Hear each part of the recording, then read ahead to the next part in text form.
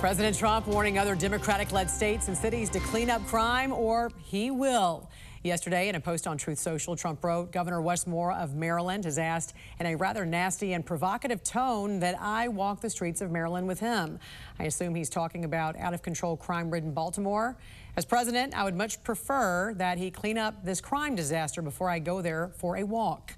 President Trump said he would proudly walk the streets of Baltimore if it was cleaned up like D.C., where federal law enforcement have helped bring crime rates down and where no homicides have been reported since the federal takeover. Joining us now to discuss this and some other major headlines on the Hill is Washington insider Armstrong Williams. Good morning to you, sir. What did you make of this exchange with Governor Moore and the president? Not much. The bottom line is that what Trump has implemented in our nation's capital is working. For the first time it's unprecedented. We have not had a murder. Just think about this. Somebody lived who otherwise would be dead. And so you have to look at the results. And those criminals are going somewhere, Jen. They're not staying in Washington. They're going to Maryland and they're going to Virginia.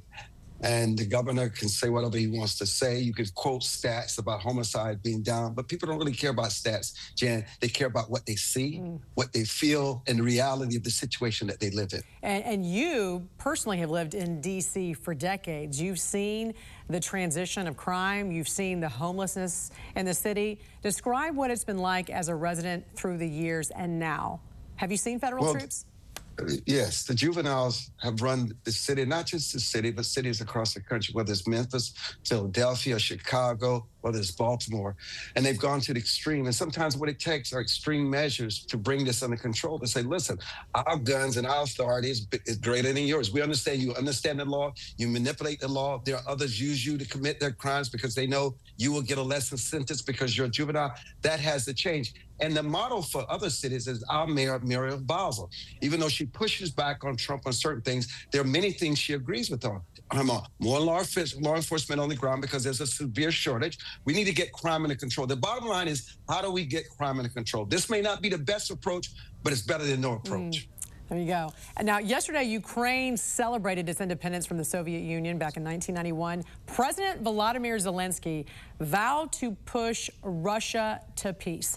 When do you think we're going to see this meeting between Putin and Zelensky? And can either side be trusted? Trump and Putin hold all the cards. Actually, Zelensky, when it's all said and done, is actually relevant in this process. They've already started putting money to the side because they know they have to relinquish a lot of their land. They're already prepared for that. But I do agree with the package with the vice president where he said that Russia has made many concessions. But listen, Putin cannot be trusted. But they don't want the sanction of their oil because it's the oil that fuels this war and keeps it going. Donald Trump has the leverage. And at some point, we're going to get some peace agreement. But Jen, will it last? That's why the security measures become so important for the European allies, that the president would protect Zelensky just in case Russia violates the letters of that agreement. Well, from crackdowns on the street to investigations behind closed doors, the House Oversight Committee announcing today it plans to launch a probe into allegations of manipulated crime data by D.C. Metro Police leadership. The National News Desk, Jeff Harris, joining us. This investigation follows whistleblower disclosures, Jeff, and a settlement by D.C. police related to falsifying crime stats. Break down what we know. So the House Oversight Committee simply wants answers here. One D.C. district commander already under investigation for allegedly changing crime stats. And a lawsuit was just settled from a former MPD sergeant who made similar accusations. In a letter to Metro Police Chief Pamela Smith, House Oversight Chairman James Comer writing, a whistleblower with direct knowledge of police operations provided the committee with information related to allegations that crime stats were manipulated on a widespread basis and at the direction of supervisory officials within MPD. As a result, an investigation is now underway into all 7 of D.C.'s patrol districts. The committee formally requesting all commanders appear for transcribed interviews. Were they being told to manipulate data?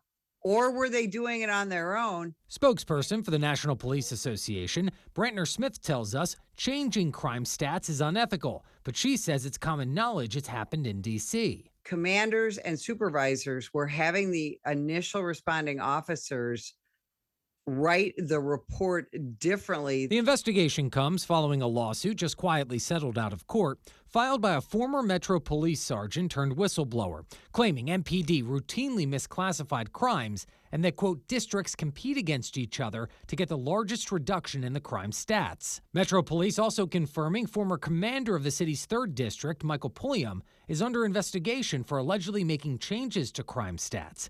DC's police union chair speaking with Sinclair's WJLA earlier this month. It sounds like that's part and parcel of the directives of the command staff, and that other commanders are engaged in that same behavior as well. Now, in addition to the Oversight Committee, the DOJ has also launched an investigation into alleged falsification of crime stats. Pulliam is the first being asked to appear for an interview on September 23rd. Reporting for the National News Desk, I'm Jeff. Now on 7 News, we are staying on top of several new developments involving the federal takeover in D.C. So glad you can stay with us here on this Tuesday morning. I'm Adam Longo. And I'm Melanie Hastings, in for Adriana Hopkins. And we are entering week 3 of the takeover, and President Trump's orders are expanding. It's also causing some protesters to push back. Yeah, we've brought you team coverage all morning long. Reporter John Gonzalez is live in D.C. digging into a new investigation involving D.C. police. But we're going to begin with John Rogers at our alert desk. John, some new video of an arrest made just outside the White House last night. Yeah, Adam, take a look at it. Got it right here. You just saw hours after President Trump signed an executive order banning flag burning. A man was arrested for burning a flag outside of the White House.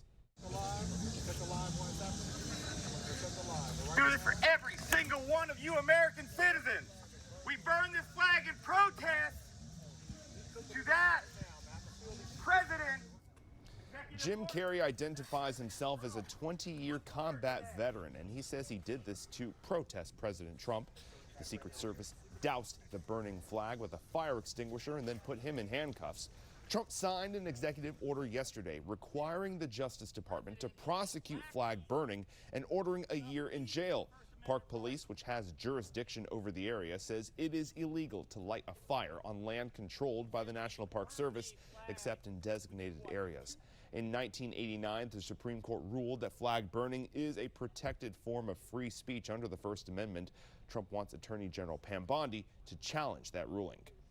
And now to the new investigation into D.C. police. Lawmakers want to know if crime numbers were manipulated to make the city look safer, even as residents demand more protection after recent shootings. 7 News reporter John Gonzalez is live at D.C. Superior Court. And John, some residents are taking matters into their own hands.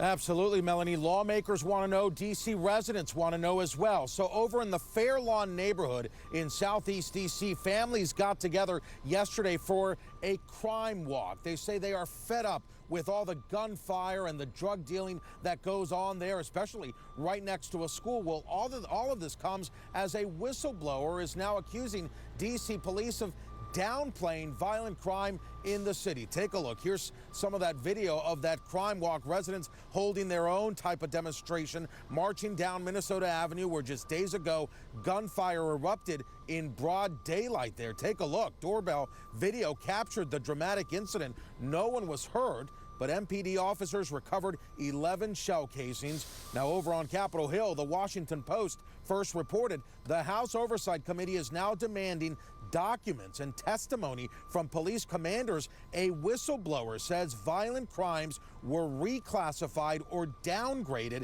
in all 7 districts. One official has already been placed on leave this year. Here's some of those Southeast residents. We have rampant drug dealing, drug use, and prostitution that is directly in a school zone, sometimes on school property. We have been trying to get that corridor cleaned up. We have been trying to work with MPD. They are understaffed. Now, some of those residents tell 7 News they haven't seen the federal agents, federal officers they were promised east of the river. In the meantime, the mayor believes the alleged crime stat manipulation is not widespread. However, Chairman James Comer calls the claims credible and alarming. Reporting live outside of D.C. Superior Court this morning, John Gonzalez, 7 News.